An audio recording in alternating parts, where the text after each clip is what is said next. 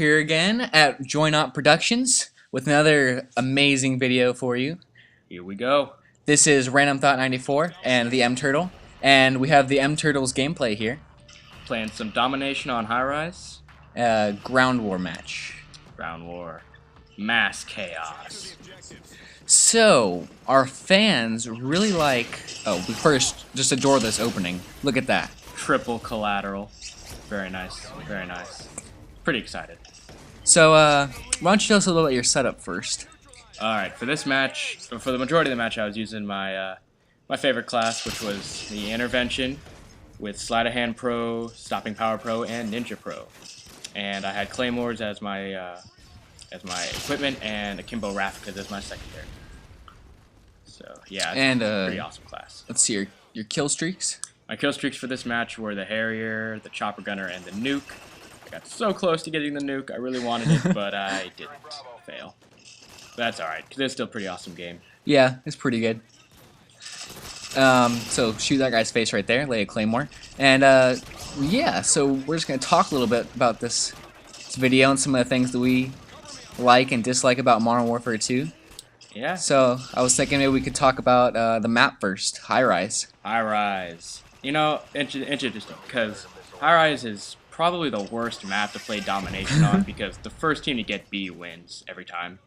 So. And basically whoever has either A and B or B and C control the whole map. Just because whoever gets that middle one usually can just totally spawn trap the entire enemy team. And as you can see, we do a very good job of that later. Nice shot there. Pretty nice. I don't know why I knifed. That was kind of random. But yeah, you'll see this here as the game progresses.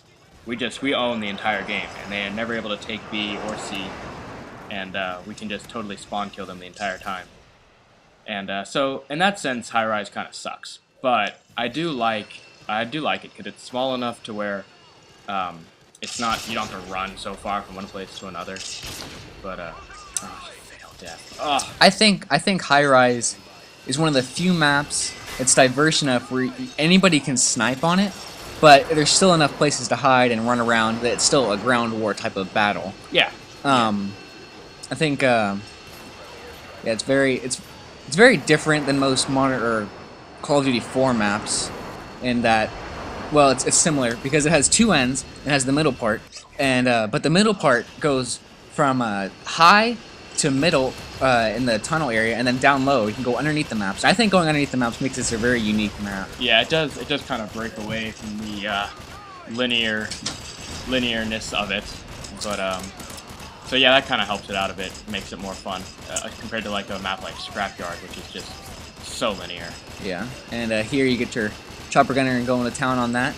And as you were saying earlier, it's very fortunate that the guy driving the Chopper Gunner just decided to park right in front of their spawn. Decided to park right there. Yeah, that was very, very nice of him. He was very generous today. So yeah, I do some work here with the Chopper. But generally, the Chopper Gunner and AC-130 don't seem to work that good in this map. Yeah, it's pretty easy to hide inside the buildings. Yeah. But I was fortunate there, so.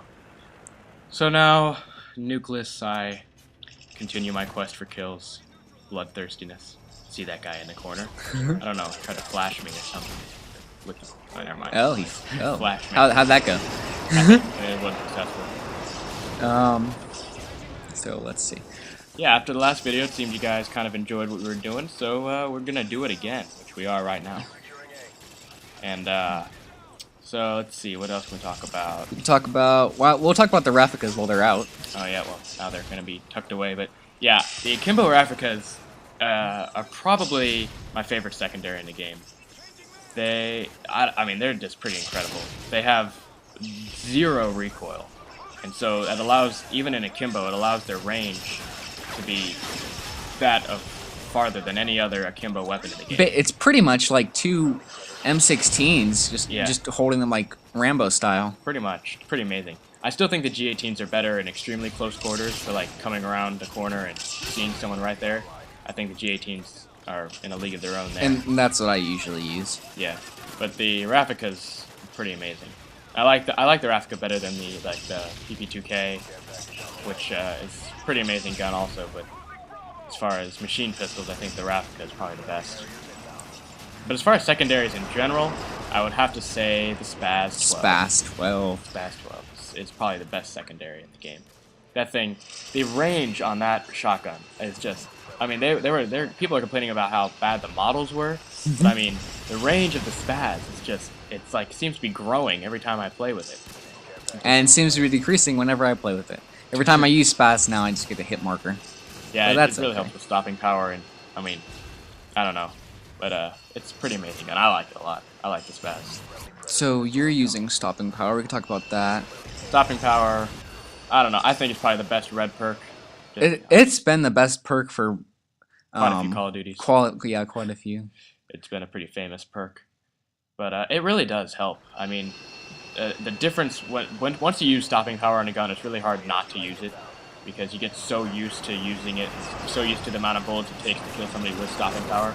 And since they stopped using Juggernaut on or Call of Duty, then there's really nothing that equals the power of a Juggernaut, like or stopping power. I mean, yeah, because that was like the only thing that could save you, or it would counteract that. Now there's just nothing. This is Painkiller, but Painkiller. It only lasts for 10 seconds, but it always seems to attack at the worst times. They do. Oh, I hate Painkiller. Yeah, so. Oh yeah, just a tip. I mean, it's not really a tip. Most snipers already know this, but if you want to snipe, don't use anything except sleight of hand. All right. I mean, I'm sure that's pretty common knowledge by now. But yeah. just There's no need to be running around with Marathon, or you shouldn't be running out of ammo as much as you should need Scavenger. Yeah. Sleight of hand just studies your aim more and it allows you to scope in a lot quicker. Yeah. Which is extremely useful if you're an aggressive sniper like I am. I'm not too aggressive in this game, but usually I like to use a sniper as more of a close range weapon. It's kind of fun that way. No scope, quick scope. Not that I'm very good, but it's pretty fun. So here I decided to switch my class to my spawn trap class. That is the M16 with the grenade launcher and one-man army pro, so I can have unlimited ammo. I know that's pretty much the extreme noob thing to do, but hey, it works. That's what that Tabe guy uses, right? Yeah, I think he does. I think I've seen a few machinima people do it, so it can't be all that bad. And I mean, I do hate getting killed by the grenade launcher, but I mean, here we have, they actually took C, but we get C back, and we keep C and B for the remainder of the game, and they just walk right into our explosions. I didn't want that guy getting away from me, so I had to take him out. Nice. I think the best, what I use for most of my guns is the iron sights, either that or just holographic.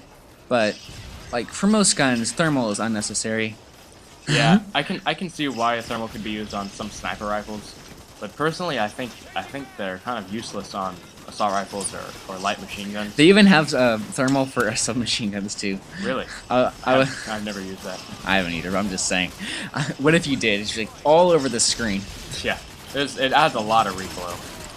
And also, it's good to have iron sights if anybody uses an EMP on you.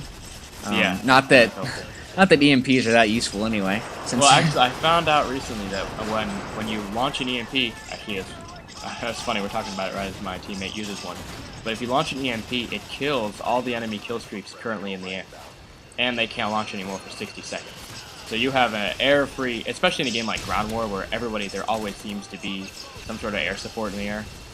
An EMP can be useful, but I'm never going to use it. I'll leave that to my teammates. Another host migration. They just can't handle pressure. I probably would have rage quit if I was them too.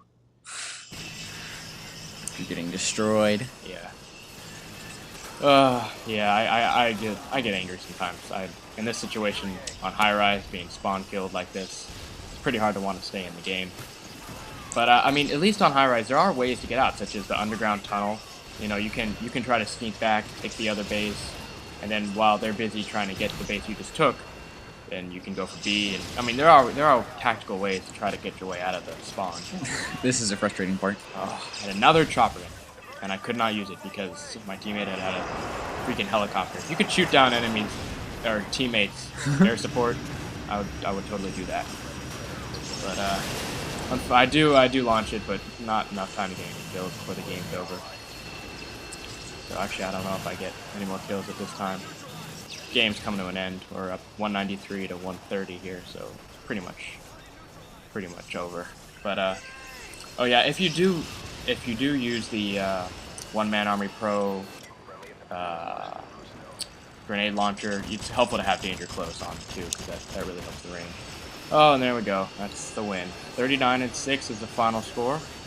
And any closing words? Just rate and subscribe our videos, and peace. See you later.